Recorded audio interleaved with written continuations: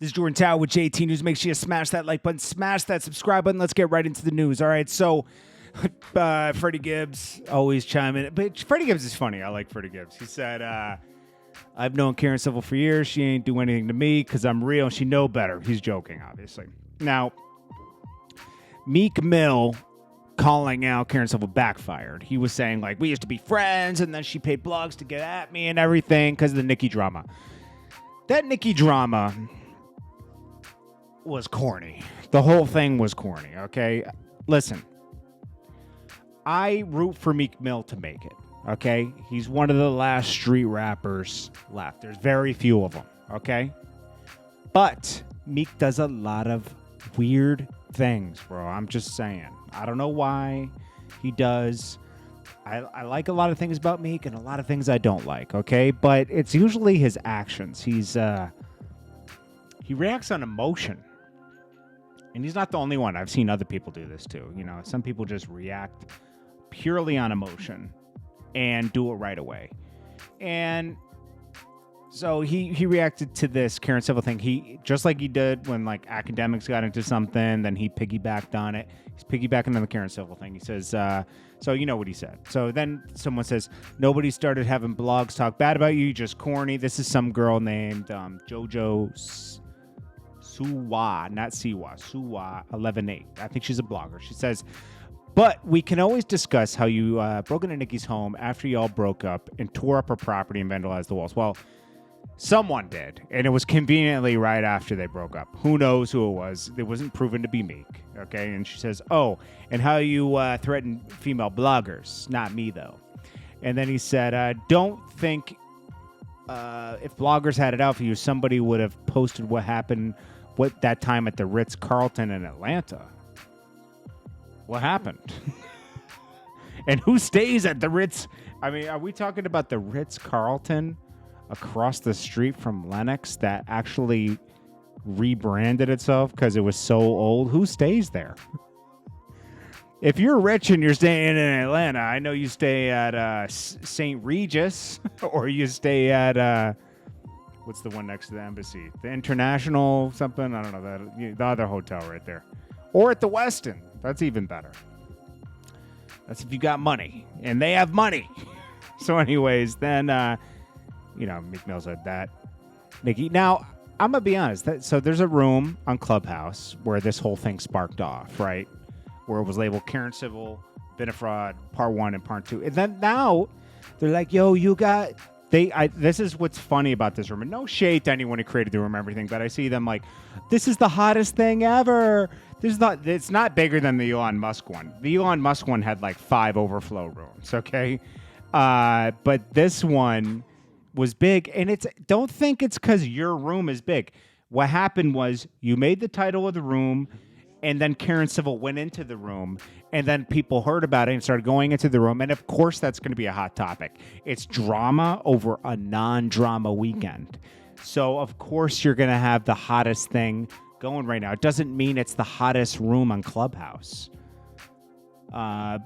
Just 4 weeks ago, I was sleepless in LA because Whack 100 was going at everybody after the Tekashi interview. People will have their moments. If you have drama going on in your room, trust me, it'll be hot. Okay? Clubhouse is trash anyways, I gotta say. Like, it is. It's just that, yeah, sometimes it goes down in there because people can voice their opinions and everything. But overall, Clubhouse is kind of trizzy. I'm gonna be honest. Not the people who created the room. I'm just saying the app itself. They have this way of talking on Clubhouse. It's like, come on, guys. Oh, my. And then they do the clapping thing, just tapping the mic. It's like, come on, man. Come on. This is getting weird. I remember, like, they were laying down the rules when it first came out. Like, if you want to tap, you tap your mic. Let me explain to you how it works. So if you want to clap for someone, it was like, come on, man. This is corny. I hate this app. I mean, it's funny sometimes, but it's like, I just don't like Clubhouse. Go to Twitter Spaces or something, you know? Anyways, Kim Kardashian checks Ellen when Ellen says, you know, you have your baby wearing that fake gold chain. Because who would buy a real gold chain for their baby? And she says, fake? No, it's real, Ellen. And that one's like, really? You got a real chain for your baby?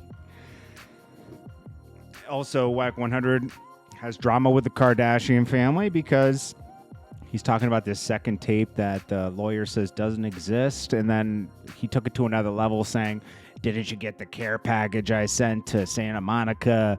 I had a carrier sign. I don't know. You know what he's talking about. But listen, man, that's a married woman, a married man.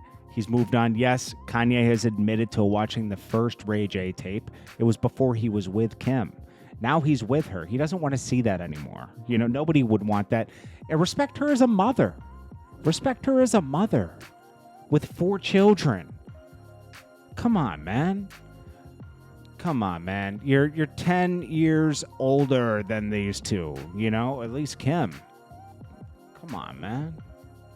Doesn't even make sense. You got to be mature, you know? Like, you're bringing up something that's way too old. And, like, it was like, why would you bring that up, you know? Like, why would you lie about that? Like, I can understand talking about past drama and stuff, and you bring it up. But why are you bringing it to today where you're going to gift them the tape, you know? That was a little weird. It was a stretch. I can understand talking about things that happened in the past as history, right? But you're bringing it to current, like, yo, I got the second tape. Like, come on, man. Drake, it's funny because on TikTok, there was a guy who put the heart in his head and made it look like, she was like, I bumped into Drake. And it's a guy that kind of, you know, he could be Drake's brother, maybe. T-Pain says, so Ludacris showed out of the whole generation. That boy showed people how you can rap and damn near out-rap any of your peers and still have a sense of humor. Still to this day, one of the best rappers alive. Yeah, because Ludacris brought, like, all of his videos had, like, from Throw Them Bows and Up. What was it? Cadillac Grills. That video was funny back in the day. And then he had so many others where he had, like, the big arms. He always did something theatrical in his videos. It's kind of like Busta Rhymes in a way. That would be a good little verses right there, you know, Ludacris and Busta Rhymes. Still to this day, one of the best rappers out. Luda Busta versus now. T-Pain has a point. I think people were wondering who Busta could go against. I think that's the one right there. Anyways, I appreciate you guys. There's not a lot going on. I'm going to do another video at 4. Then I'll put some inspirational videos up around 6 and 8. And then we'll get back into the news in the morning. But for the rest of the night, will be one more news story. And then I'll get into, I'm going to start putting inspirational videos up at 6 and 8. Some people like that. So I'll do those. It'll be strictly a topic, and we'll talk about some inspiration around that topic, like Jay-Z quotes, you know. Anyways, this is Jordan Tower with JT News. Peace.